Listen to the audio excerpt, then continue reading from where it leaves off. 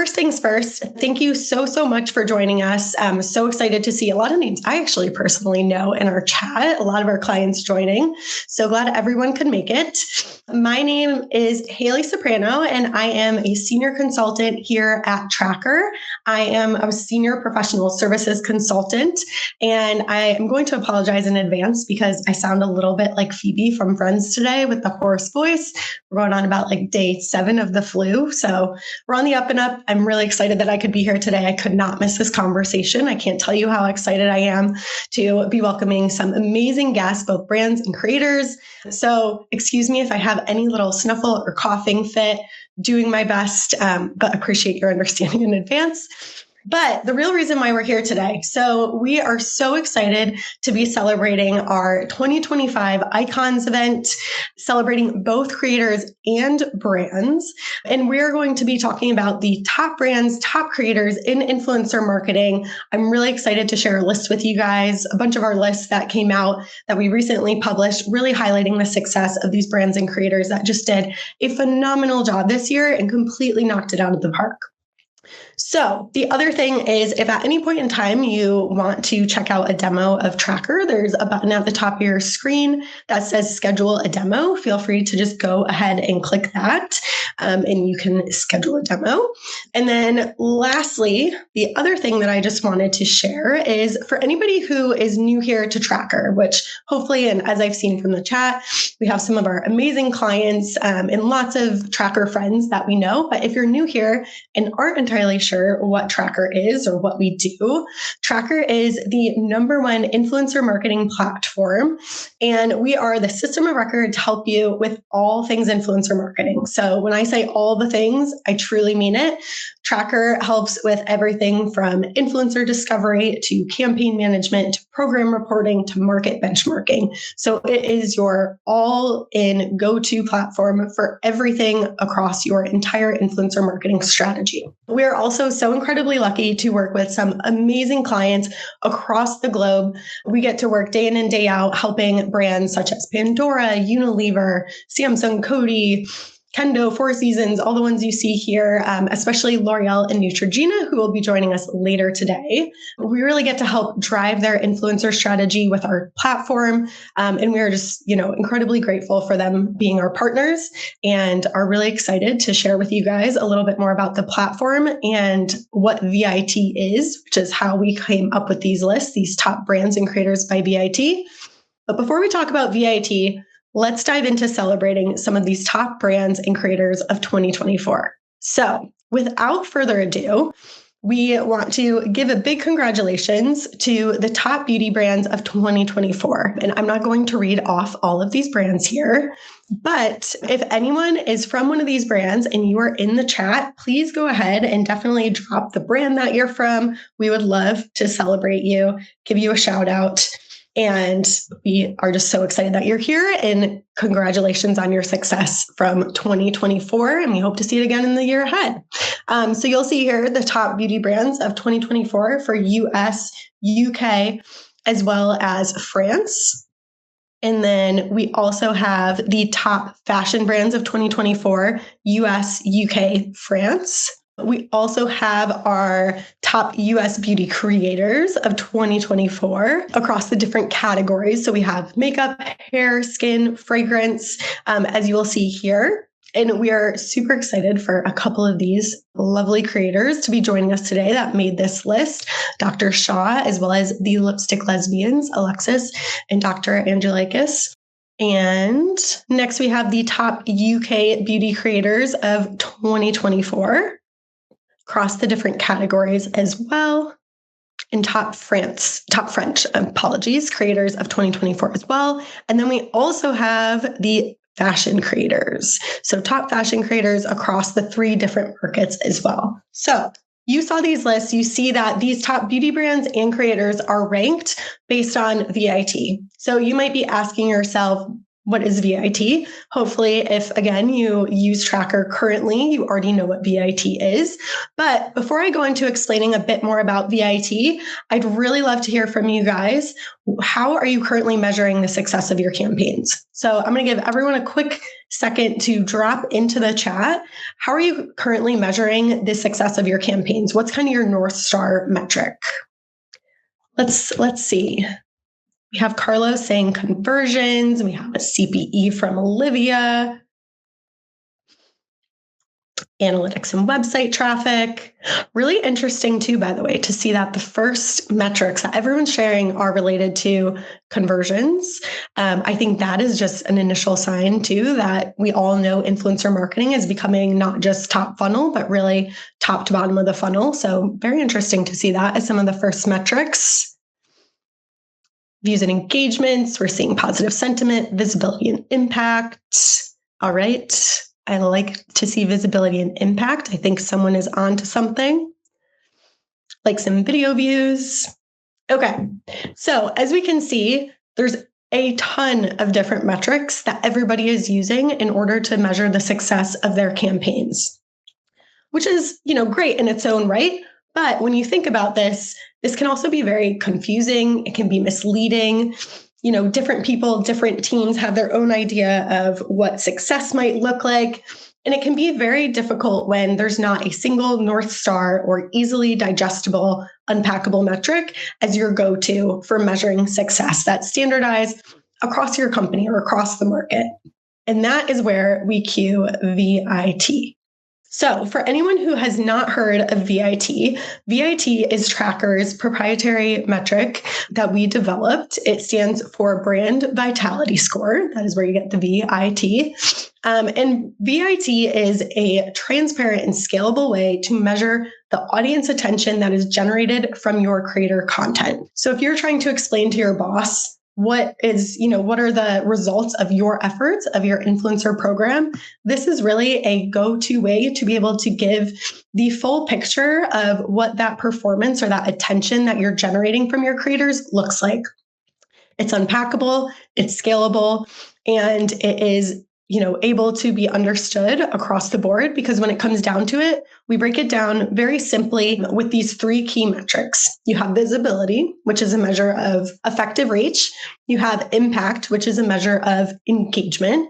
And then you have trust, which is a measure of affinity or focus of your brand, essentially. And what's great about VIT is that it's not just applying some arbitrary dollar amount that could be different across any company or any market to a simple mention. VIT is measurable. And as you can see right here, it has a straightforward formula, and it's really being looked at a post level. So you can aggregate it by influencer, by brand, by category, which makes it very, again, easily digestible and easy to unpack, which is really key. So to further break down VIT, why again, is VIT so important, and why does Traackr love to preach VIT and how it is a great way to measure the success of your programs? Well, first things first, it can help you measure and understand the most valuable influencer content for your brand. So again, you can look at this at an influencer level. You could look at it from a post level. And while we know that some other metrics can be useful, a lot of times they have to be caveated by, we applied this dollar amount, or we look at it this way. Or as we saw in the comments, everyone has a little bit different way of looking at metrics, measuring them. When it comes to VIT, what's really helpful is that it really gives you the full picture. So you're not just looking at visibility. As we know, views are great, but if you're just getting passive visibility, what's that really doing for your brand at the end of the day? And not only do you want visibility, but you need engagement as well. You want to get active visibility on content that is mentioning your brand. And so, as you know, 1 million posts, that's not going to mean anything if there's no impact. Or the best post ever isn't going to provide any value if it's not getting seen. And that's where VIT really encompasses all the key metrics that are going to be so helpful and important to measuring the actual attention of your programs. So before we dive into our creators, we have a couple more things to cover. You might also be asking yourself, okay, I saw a lot of celebrities on those lists. What the heck is that about? We will tell you. So while those lists do have a good amount of celebrities on them, in today's age, celebrities are creators. Honestly, they have come a long ways from what they used to be, where it was just a celebrity, plastering their face on a product that they probably never used before or never tried. we're seeing the way that even celebrities have evolved as creators has really drastically changed over the last couple of years. So we do feel like it's important to recognize them. They are influential, but you can also, kind of look past them if you would like. And look at just creators. That's another really good thing about Traackr is you can always filter by tier. So if you don't want to just see, VIP celebrities that you'll never be able to partner with or aren't of interest to you, you can always filter things out by tier, essentially anywhere in Traackr, which is great. All right. So another question you might be asking, how do I get on this list next year? Short answer, improve your VIT score. So as we talked about that, all the influencers, all of the brands that were on those lists were based on their VIT ranking. And VIT, again, being that score that we just talked about, is something that you do in a way have power of controlling to a degree. Again, thinking about it from a visibility and impact standpoint, as a creator, you can make sure that your content that you're putting out into the world is as engaging as possible. You can also think about how can I further engage my community? As a brand, maybe you can't think about, how is the creator exactly going to engage their community, but you can do your best in order to really set them up for success, give them creative freedom, let them kind of take the lead in terms of like, what's the conversation they're asking their creators about your product, about your brand. And so there's definitely ways that you can improve your VIT, which we will also briefly touch on here. So as a brand, if you're questioning, how can I improve my VIT score? Well, there's these 3 levers that really play into VIT. These are these key drivers that you can think about as you're looking to improve. So first things first, activity levels. Think about how many influencers are actually advocating for your brand. What does your community look like? In order to scale visibility, you can get more eyeballs, more visibility through more creators. Or you can think about it from a tiering strategy. Think about maybe a less is more approach. Maybe you have fewer creators, but they're bigger creators, so you're able to scale in that sense. Or maybe you're thinking about it from a content performance perspective. How can you make your content more effective, more engaging? How can it be more optimized for the algorithms so that your content is getting the best performance possible when it's reaching that audience that you're intending for it to reach? And then lastly, if you are a creator and you're thinking about, well, how can I improve my VIT score? There are definitely some things that you can do when thinking about reach. So know your metrics first things first. I think that's really smart as a creator. Think about your brand as a business, right? Know your metrics, know your analytics in the back end of your business. Understand, what is your view rate? Is your content getting seen by the majority of people that are following you? Is it going beyond that? Are you consistently growing your audience and reaching new people? Well, it's super important to obviously cultivate your community and maintain those close relationships that you have with your community. Definitely also always good to kind of branch out, reach out to other creators maybe and see, who are the different people that are engaging with their content to try and build out your community in terms of engagement.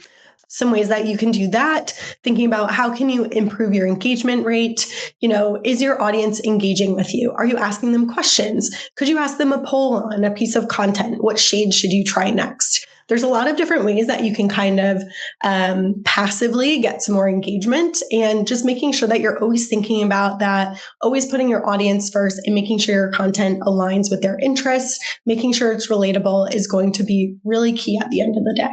Okay, so I have now done enough talking about VIT, Traackr, and if anybody is interested in reading more about VIT, definitely take a look there. You can get some more information, and always feel free to reach out. We're more than happy to answer more questions. You can always schedule a demo, but we are now going to get into the most exciting part of today's session, which is our creators. So now I'm thrilled to bring to the stage our top creators of 2024 and experts in their industry. We have the lovely Dr. Shah and Alexis and Christina Androulakis. And I'd love to start off by just letting them take the lead and tell you guys a little bit about themselves, how they got started as creators, and then we will jump into the fun questions. So go ahead, Dr. Shah. So I'm Dr. Muneeb Shah. I'm a double board certified dermatologist. I have a practice in New York, Hudson Yards. So I do every part of dermatology from acne to psoriasis to hair loss, all the way to removing skin cancers and beyond. So, and we take insurance, we see it all. We see Medicaid. So people that can't afford as much to the people who can pay cash for anything. So I think I'm putting that out there to kind of ground you that when I make content, I think of it from the point of view of the patients that walk into our office. And if I'm recommending something, a lot of times I wonder, can my patients afford it, and who can afford it, and what would they be sacrificing in order to afford those things? And so it really frames the way that I create content on social media. And about 5 years ago, during the middle of the pandemic, we were all locked in, and I discovered this app called TikTok. And so I started creating content. And the more I scrolled, the more I realized that there was a ton of misinformation, specifically on skincare, and there wasn't really a good way to debunk it in real time. So I would, see a video going viral on TikTok, and I would see it being debunked by experts in the Wall Street Journal. And I was just thinking about the viewer's experience. Like, they're not going to the Wall Street Journal to double check their information. They're just going to take the information on the app and run with it. So experts really needed to be on these apps, combating misinformation in real time, and then putting out good information to just be another voice in the space. And so I started creating on TikTok, and then I quickly expanded to Instagram and YouTube. And it's become a big part of what I do. And then earlier last year, I launched my own skincare brand called Remedy. And now I consult with brands on product development all the way to how to design their clinical trials. I work on my brand, and I still, work with many different brands and create content on social media. So yeah, that's a little summary of me, but we'll go on to them because they're more interesting. I don't know about that. That's super sweet. Thank you. We, I think, philosophically share so many similar things. My name is Alexis Androulakis. I lived and breathed beauty. I started my career on the sales floor. I call it BC, like before Christina, but also before college, during college, after college. I was a retail makeup artist. So I saw thousands of faces. I did this for almost 8 years. And this is what catapulted my curiosity. I would flip over the boxes, on the sales floor and see where is the product made. Little did I know that fast forward, to almost 15 years later, I would meet my wife essentially, and she would basically challenge me in every facet of our relationship, including my professional career, to really gamifying everything I'd learned. So after retail, I found myself working in corporate product development. I worked at licensing companies like Mesa, some of you may know. I worked with celebrity brand founders. I worked at strategic legacy brands like Shiseido. One of my favorite projects ever was relaunching Synchro Skin and the entire complexion relaunch for Shiseido. So complexion is really one of my favorite categories. And I really was at a tipping point in my career. I had a massive health crisis, and I think we can kind of also cue into Christina's involvement. She's going to share her background as well. And during this health crisis, I also then lost my job at that point, my footing in a place that I was consulting, that I was supposed to be going into a full-time role. And it was one fateful trip to Sephora where I thought I was leaving the beauty industry and I was going to become a life coach.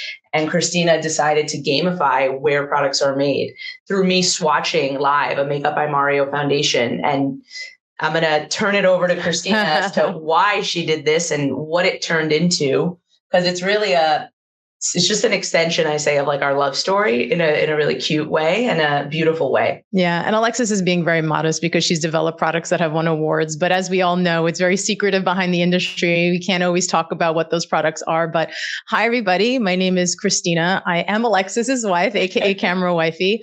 A lot of people don't know, but I actually have a PhD in education technology.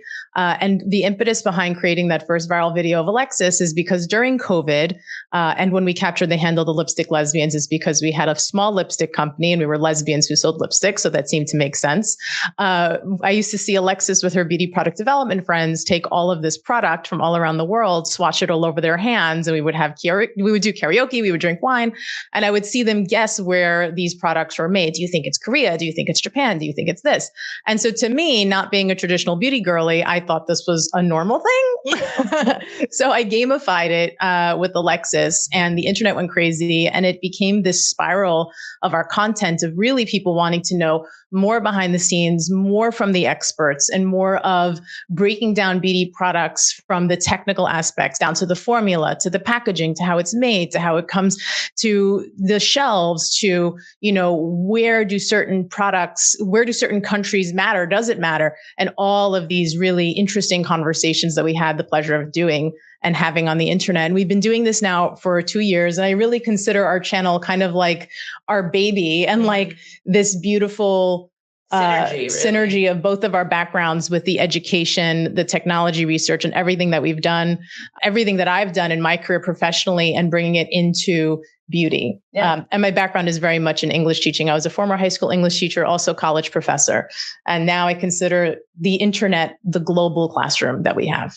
Thank you guys so much for those intros. I'm still fascinated by all of your guys' background. Also, I don't know why I've never thought of a karaoke wine swatch party night. Yes. We need to make those. We need to normalize that. Yeah, that sounds like a great time. Well, thank you guys so much again for joining us today. I'm so excited to dive into these questions. And again, we're just so honored. And congrats for your amazing success in 2024. That's where I'd like to start with the questions today. So you have all gotten to be a part of some just amazing campaigns with some incredible brands. I would love to hear from you. What was a really memorable or really impactful campaign that you got to be a part of in 2024? Your favorite, and what kind of made it a favorite for you, or what kind of stuck that made it really stand out compared to any other campaigns? Yeah. I'm like, who wants to kick off? Go for it. I'll go. Okay. So 2024 was the year, I think, that the internet suddenly realized, okay, the lipstick lesbians they're not going anywhere. And we started to get really interesting kind of outreach from brands to do more long-term partnerships. But my favorite part, and I will name the brands momentarily, is that these long-term partnerships became really the building blocks of really great relationships where we had a lot of creative freedom to explore together. So a perfect example of this is we did an amazing 5-part series with Milani, Made In. Milani even had flown us out to Italy to showcase where baked powders were born and how they're baking their powders in Italian factories. Very similar to the Italian factories that the luxury goods are made in. And we got to explore what Made In meant for Milani as a drugstore brand. And for me, it was, again, this really beautiful synergy of how Milani saw us, because they saw what we had brought to platform, and then we took it and cultivated a way for consumers to understand what made Milani special. And we got to frame them in a new light, and they're such an amazing, accessible brand. And that's just one. And all of the partnerships that we're now cultivating for me that are really special, another one being like House Labs, where we get to demystify how they're able to really, execute the skinification of color cosmetics. You're not just getting the skincare attributes anymore from your skincare, you're getting it in every single thing you're putting on your face at House Labs. And there's clinical testing behind it. And there's new age raw materials. So these are just 2 examples of a Sephora brand, right? That's celebrity driven, but super innovative. And then a brand that's sold at Target and the drugstore and really all across the world as well. And just how we got to partner with them and shed light on their brands, but do it in the lipstick lesbian way, as I like to call it. And it's just been such amazing partnerships with them. That sounds amazing. And Dr. Shah, what about you? Anything that stands out from 2024?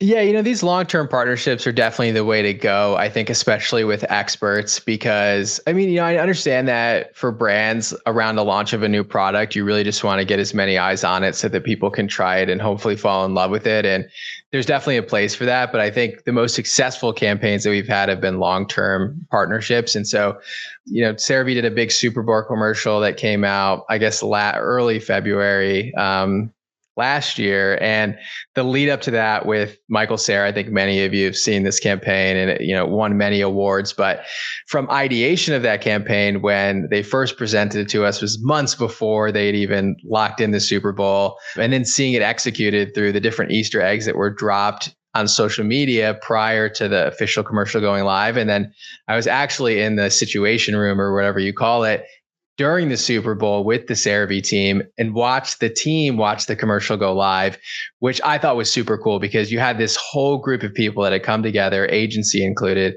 They worked with Ogilvy on this. And so you had the agency, you had the CeraVe team, you had me kind of in the background watching it all come together into this like final campaign moment crescendo for them.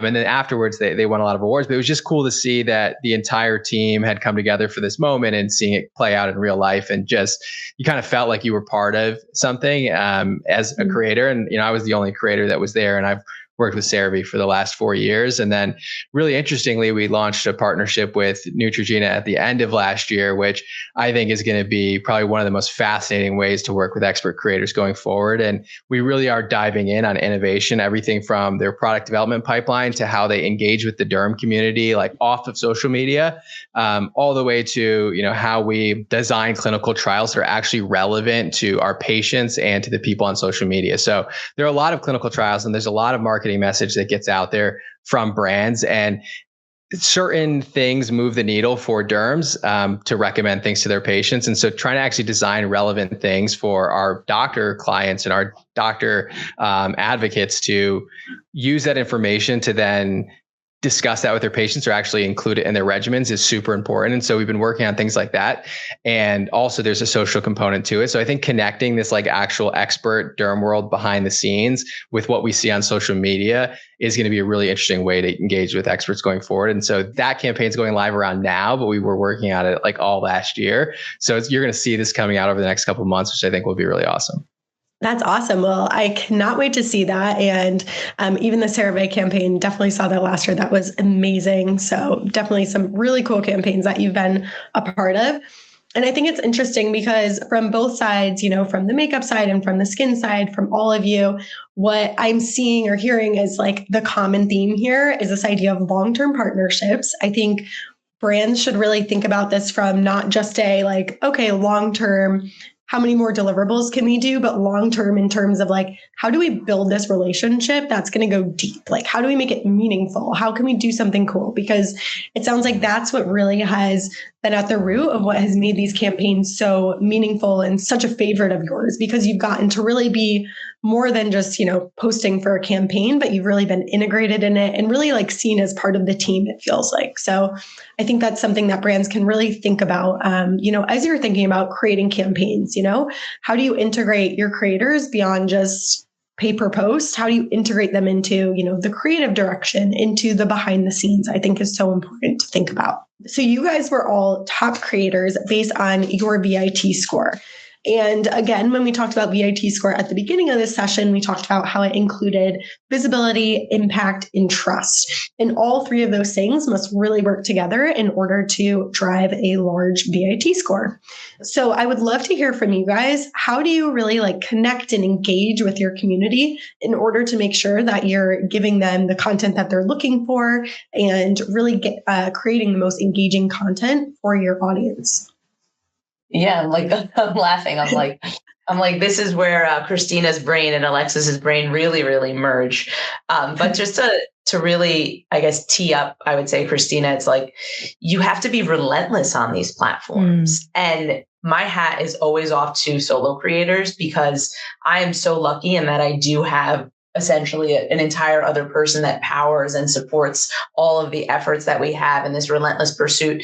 Because the reality is you have to show up for your community for there to be that impact, that you have to really help them essentially and think about them in your daily pursuits and whatever content you're creating. You have to be in the broadcast channels. You have to be on Reels. You have to be on TikTok. You have to be on YouTube. That's a lot of places to be. And that's a lot of places to consistently perform because the algorithm has some demands of you, but then your community has other demands of you. So for us, it's always been about authenticity and it's always been about sticking to, I would say, like what everything that Christina's research had yielded. And I want to pass it over to you about really like documenting and not creating. Yeah, that's why we were able to do what we did, because for 1 year we posted 3 TikToks a day and it was just documenting Alexis's really amazing top line expertise knowledge of, we would walk into stores and we wouldn't know what we were going to encounter. But when we did encounter it, we would document it. it. Like, for example, when the Fenty Eavesdrop stick was shrinking and you were like, well, it's important to keep the cap on. And now we walk into Sephora's and all the Fenty Eavesdrop sticks have caps on,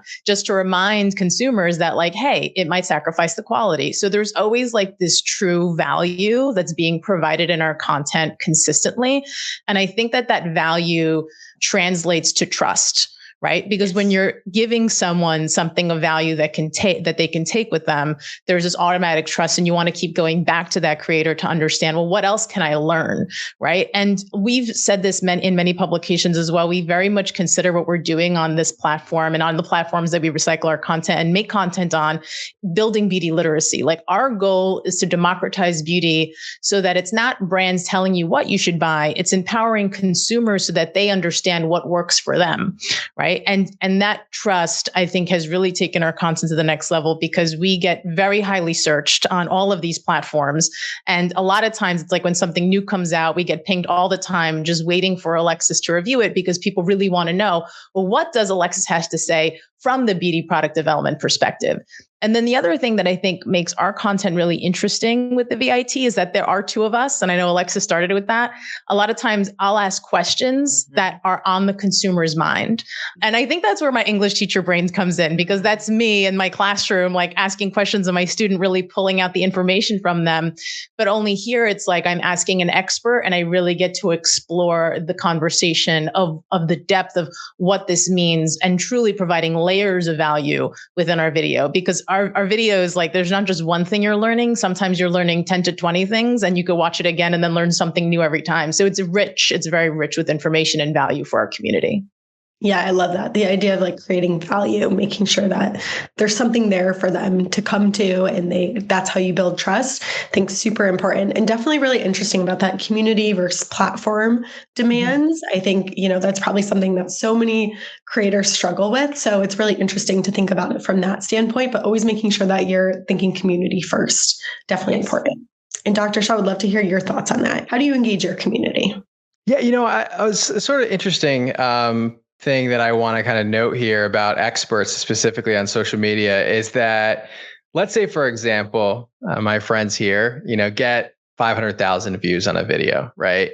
But you're looking at maybe another creator who maybe doesn't do as much educational content, and they get a lot more reach. So you think the impact of the person who's getting more views or more likes is somehow more influential. But the truth is, and what I found this to be consistent over time, the people that watch those videos, right, are a lot of times other beauty creators. And so what ends up happening is these other beauty creators who are maybe a little bit more consumer focused on how a product feels or looks or smells is actually oftentimes amplifying the voices of experts. And so the ripple effect of an expert on social media is actually far beyond, I think, what brands can actually even measure, because a lot of the other beauty influencers are using that content to fuel their content because they don't have the time or the expertise to research things. And so I think that's one thing that I think is, I don't know that there's a great way to measure it. I mean, I think we have, the VIT scores, which is a good start to measuring trust and reach and impact. But I think the impact, the ripple effect of an expert creator with a large following is actually far beyond anything that we can measure. And I can actually attest to this because before I had got on social media, there's a creator named Dr. Dre on YouTube who's phenomenal and phenomenally consistent in her content. And the initial skincare creators who were very big but didn't have the expertise often just repeated her content in maybe a more bubbly way. Let's put it that way. So there's a tremendous reach of it that I think it can't be overstated. So for me, I think visually I decided, when I got on social media, there were a lot of non-experts that were considered the beauty experts, right? And I was actually okay with that because I actually think that their opinions are valuable because they test a lot of products and they're really trying to make great content for their community. But there were a lot of derms at the time that were very upset about this. They were like, how dare they? Like, why aren't they just listening to board certified dermatology content? And I'm like, well, the content is awful and it's very boring. And it's also not speaking in the language that people speak. Like if I went to a mechanic and they're talking in all technical terms, they may understand what they're saying, but I have no clue. I leave with no knowledge, right? So you have to communicate with people in a way that they can understand, and you have to engage with them. Like you could have the most informational content ever, but if nobody watches it, right, you lose. And if you're a brand and you have the best beauty products in the world, but nobody buys them, you lose. So that's sort of the market angle of this. So I decided very early on that in order to actually have an impact, I needed to have have reach. And so I needed to figure out how to make engaging content that was both educational, entertaining, and like really draw people in to get the message that I wanted to get out of there, which means that sometimes I have to distill down maybe one talking point I want to get across in a video that's very important to me, and maybe sacrifice nuance in a short form video that, is not critical. Because if you sacrifice nuance that's critical, it actually can be very dangerous. And I think there are some creators that do this, but you need to be able to sacrifice a little bit of the nuance in order to amplify the message sometimes in short form content. And then in long form content, you can be a little bit more detailed because that's what people come there for.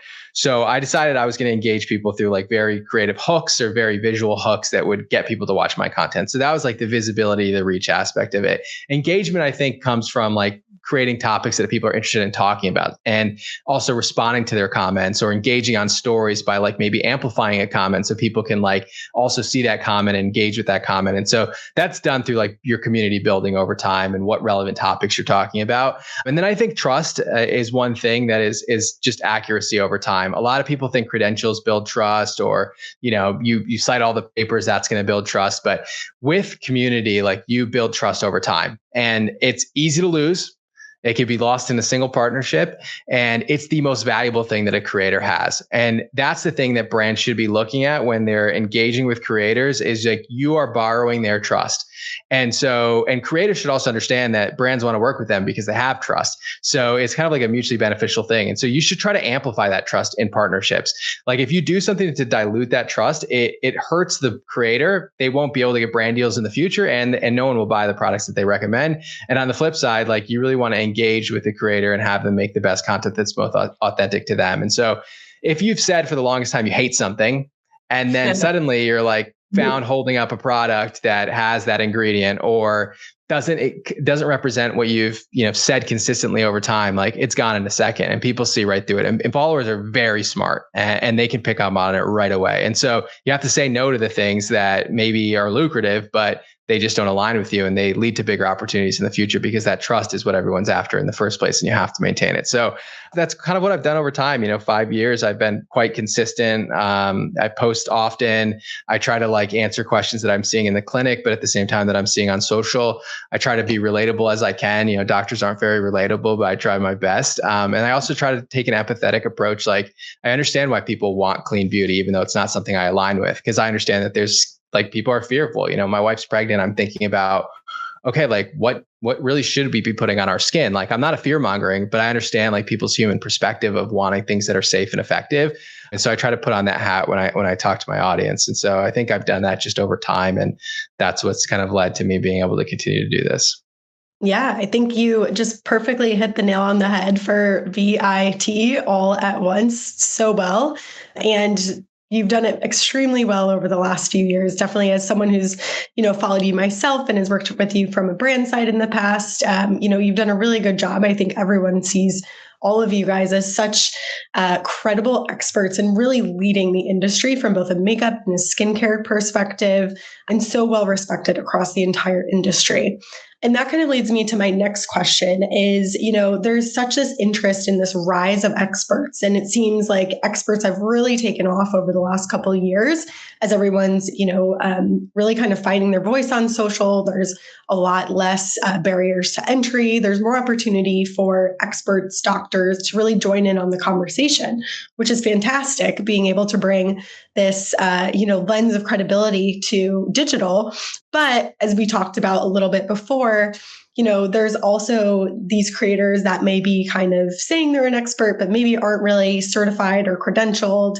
And so I'm curious from you guys, when it comes to, this rise of experts and brands looking for experts to really, represent their brand, is there anything that brands should be on the lookout for in terms of, vetting experts to make sure they're working with experts who they can actually trust and who can be reliable? And kind of second part of that, when engaging experts, how can they think about them differently than engaging someone who's maybe like a beauty enthusiast versus an expert?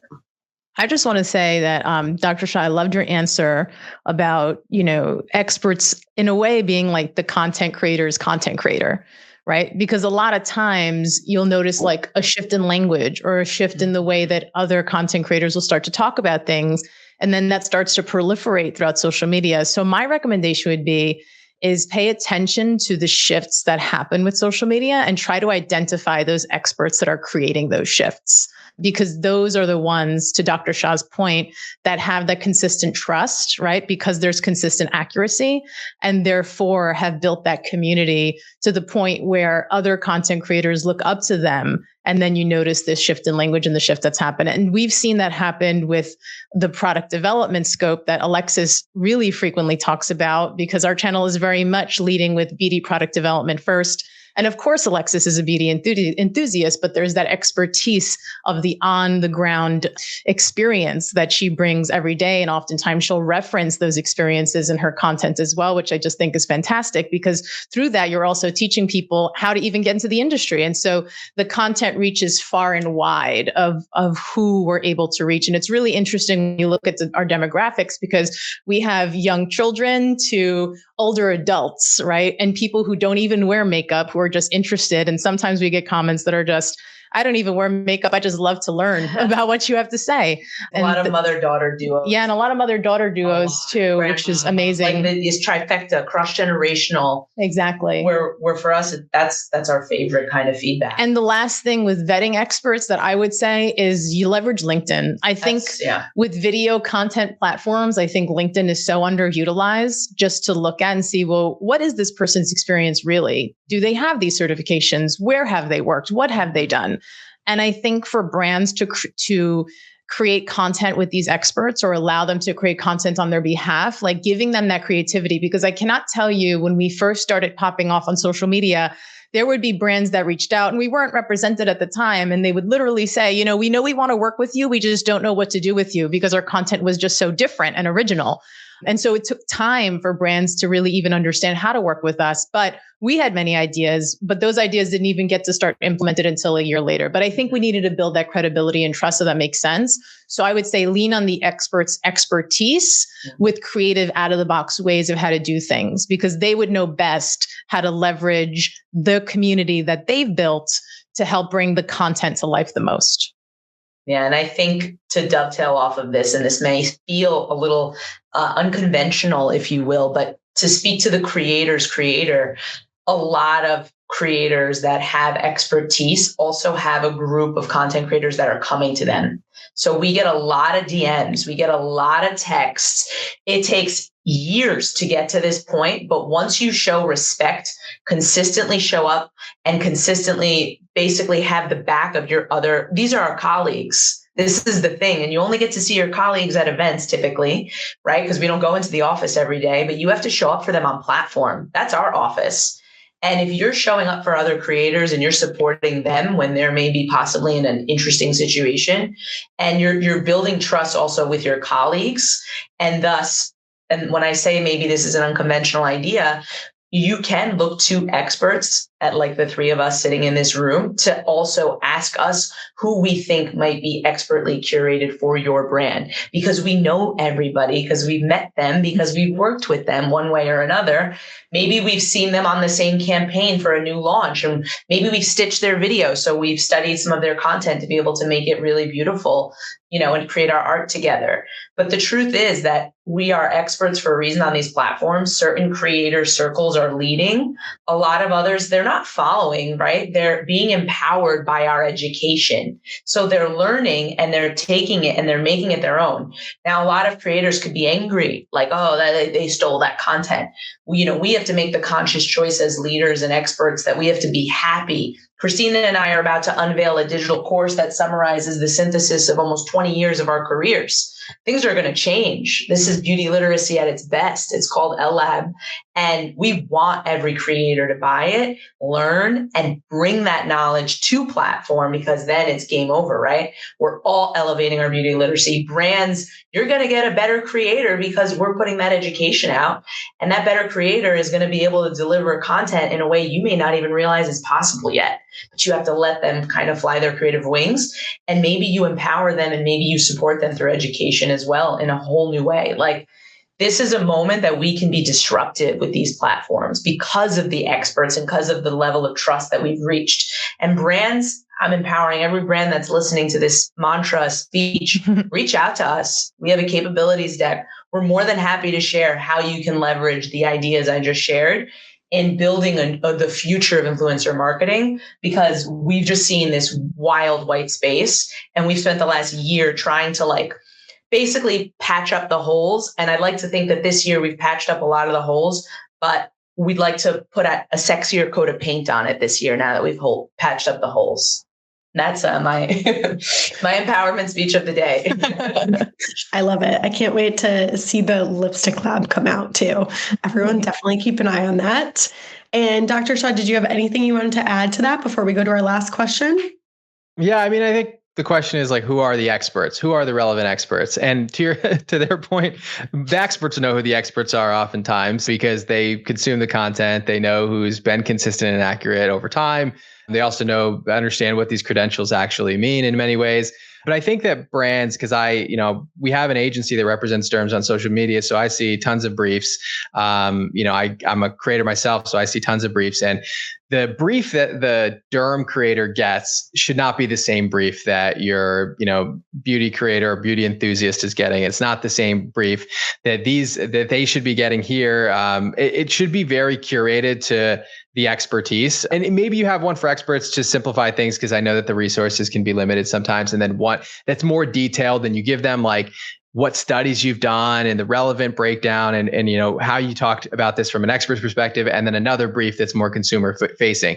Because a derm shouldn't really be saying like this increases the glow of the skin. It just doesn't make sense, right? You should talk about how it works. Like how does this exfoliant work on a molecular level? And then they should be talking about product development. Like why is this formula different than the other exfoliants? Like how is it better? Like, how did they make it be this texture?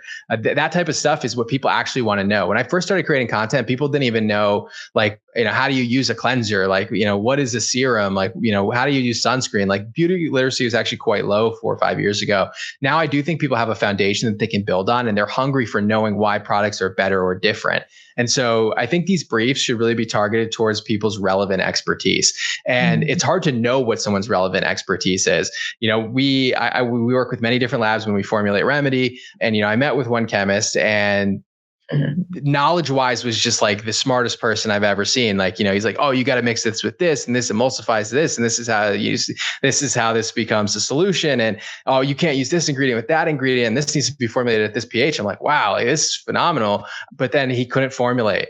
He could not create the textures that we needed, and he couldn't put the actives ingredients at the levels that were relevant. And so what I found out quickly is this guy's a book genius. Like he knows how to read the book and communicate the book. And we always say in dermatology, like the patient doesn't read the book, meaning their skin conditions don't read the book. And I learned that very quickly when I graduated from residency, that all these things I learned, which were relevant and they were the anchoring points, the foundation of what I knew, until I started seeing patients, I didn't realize how these things worked out in real practice. And things that I thought would work because the book said they would didn't actually work. They just had good studies, or the studies were interpreted to be beneficial because the pharmaceutical company benefited from it. So having relevant experience and actually like creating products and having hundreds or thousands of people or millions of people try the product and actually get feedback from it is how you actually become a good product developer and a formulator. And the relevant book experts are very helpful at communicating the book information, but they can't communicate like actually how to formulate a product. And so you have to find out like, what is this person's true expertise, and then have them create content that's relevant to that. So these book experts should be talking about their book relevant stuff. The people who actually formulate products should be talking about how to formulate products and why this texture is unique. The derm should be talking about how this actually works in real life on patients and how maybe the product works on a molecular level. And then the consumer should be talking about like how it makes their skin feel, or how this texture is great, or how it smells amazing. And I think that's how you make really great content that's going to resonate, rather than giving everybody the same brief. I think that summed it up perfectly. Get to know your experts, who they are and what they're an expert at. And I think, with everything that you guys have said is, from a brand perspective, is really get to know your creators. Don't just also hand them a brief, but take the time to bring them into the fold, let them co-create the brief with you. And I think that's ultimately just knowing all the knowledge that you guys just shared. I think that's ultimately how briefs will be the best, and how they're going to get the best content and build the best relationships at the end of the day. So we have 4 minutes left, and I know we have lots of questions. So I am going to go to our Q&A. Let's see. Oh, perfect. Okay. So for Dr. Shah, As a creator and a brand founder of Remedy and a business owner, what is one important lesson you've learned that's really proven to be invaluable to both sides of the equation as a business and or brand and as a creator? So as a brand, you realize there's a lot more nuance to these things than I thought as a creator. It's definitely a learning thing for me. There's a lot more thought that goes into each item that you choose and how things go about. We are a pure e-com business. So for us, like the most important thing is conversion, right? Like, does this video convert into sales or not? Because we're not at the stage of our life cycle where awareness is important. So if you're a brand like, La Roche-Posay, right? You have massive retail footprint. If somebody hears about your brand and they're thinking about, I need a new cleanser, and they remember seeing your video, they can walk into CVS or Target or Walmart and buy the product, right? Our brand doesn't work that way. So for us, and I think you have to decide, like for the brands that are on the call, like what type of brand are you? And like what type of creator do you need? Do you need someone with massive reach that's going to get awareness out there because you have a really big retail footprint? Or are you somebody who needs somebody who actually can convert into sales, or at least interest or search, or something that's going to allow for retargeting? Like you have to be very thoughtful about this. Otherwise your marketing campaigns just won't work. And I think as a brand, like, you have to treat the brand almost as if they're a creator themselves, right? They have to build trust over time with the audience. And it doesn't happen right away just because like I'm the brand founder. It needs to be done through like a phenomenal CX experience if someone has a bad experience. And I've started to communicate like with my audience about like product development process and mistakes that we've made, or products that have fallen apart like in production that, we had to maybe like issue refunds. Like I think I'm sharing that journey with people, and it's made me like a better creator in a lot of ways, but it's also made me like connect better with the community on the Remedy side of things. So it really is like a mutual thing. And it's actually been one of the most rewarding experiences of my life. It's amazing. Well, you're definitely crushing it on both sides of the equation. All right. Next question for Christina and Alexis. You previously shared that your goal is to ultimately elevate the entire beauty community, and you have something super exciting launching, which you guys did share a little bit about. But anything else that you guys could share on that for anybody interested? Yeah, it's called L-Lab. We're launching it this month, actually. It means Let's Learn About Beauty, L-Lab for short. Amazing. And it basically takes one of our most demanded comments, which are, I would love to go deeper with your content.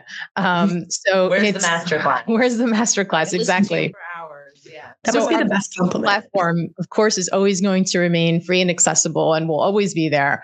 But this is really a masterclass that goes really deep into every single category of beauty and breaks it down and compares products to each other. I mean, you can go way deeper into what you've done. Christina, actually, we sat down for months and we built a framework a la her education background. Yes. And she challenged me, and we would argue about this framework and which direction to go in, but it made it better and better and better. And basically the framework is just the wheel, and it's the wheel of the product development lifecycle. And on the outside of that wheel is everything the consumer sees. On the inside of that wheel is everything the consumer doesn't see. And in the bullseye is the number one question that everyone has. Is it worth the money? Is it going to work? So we're distilling down. There's about 8 hours of footage in this course. There's over 90 products that are live evaluated. We're doing every product category, every product format, and color cosmetics. So this is someone that wants to become a consumer genius. This is someone that may want a career in product development. This is someone that works in the beauty industry who may be dying to just learn product development because they want to cross over from influencer marketing into product development. Or it's for brand founders or want to be brand founders. Right? Or really it's for for content creators who want to elevate their content through real education. And it's the certification program that I didn't have when I graduated from my program, my college program. It's the experience. It's the synthesis of us. And it's the embodiment of what we realized after 2 years of doing this, that the beauty community needs to really go up a notch. And I would say it's everything you wish you had when you went into your corporate shoes in beauty product development, and the things that you wish you learned that were not even written in the book and really based on the experience of being boots on the ground. To Dr. Shah's point, I was going to say, right? Dr. Shah's point, you became a product developer, right? And that's the good news for you, is that that's how everyone who's doing product development became one. You get thrown into it. You're lucky. You have to, for me, I had to really push my way into corporate product development because they didn't take retail experience as real experience. And it was through networking and just sheer will that I got that job. We want to change that too. We want to create a more modern networking opportunity for folks who want in. No more curtain. We started pulling it back, and this is going to rip the rest of it off, basically, in a way. That is amazing. I am so excited, and you guys can bet that we will be sharing that too on LinkedIn as soon as it comes out. So everyone can look there. Definitely follow the Lipstick Lesbians. But I'm so excited. And I just love too that the entire undercurrent of that is just elevating everybody. And this idea of community, I think, is just fabulous. So I'm so sorry we're 2 minutes over time. And so I want to end by first and foremost just saying thank you so much. And if everyone could just say a big thank you to our amazing guests for joining us today, Dr. Shah and Alexis and Dr. Christina. We are just so grateful for you guys taking time out of your day. I know that you guys are so busy, probably could be creating lots of content right now. But thank you so much. And again, congratulations on your huge success last year and your continued success into the year ahead. If anybody isn't following these amazing creators, definitely feel free, go ahead and follow them on their social media channels, which we've listed out here. I'm sure that you can drop some questions to them as well. But thank you everyone so much for taking the time out of your day to join us. If you are staying for the brand session that is happening next with some amazing guests from NYX, L'Oreal CPD, as well as Neutrogena, you'll be directed to the next session momentarily here that will be hosted by Taylor Rodriguez from Traackr. And you'll have brand guests Lana Gregg from NYX, Nail Jones from L'Oreal CPD, and then Nikki Martinez from Neutrogena. So thank you again, everybody. Really appreciate the time. And I hope everyone has a great rest of your day. And again, don't forget, you will be directed to the brand session that's happening next. So just sit tight. Thank you, everybody. Bye. Hey. Thanks everyone.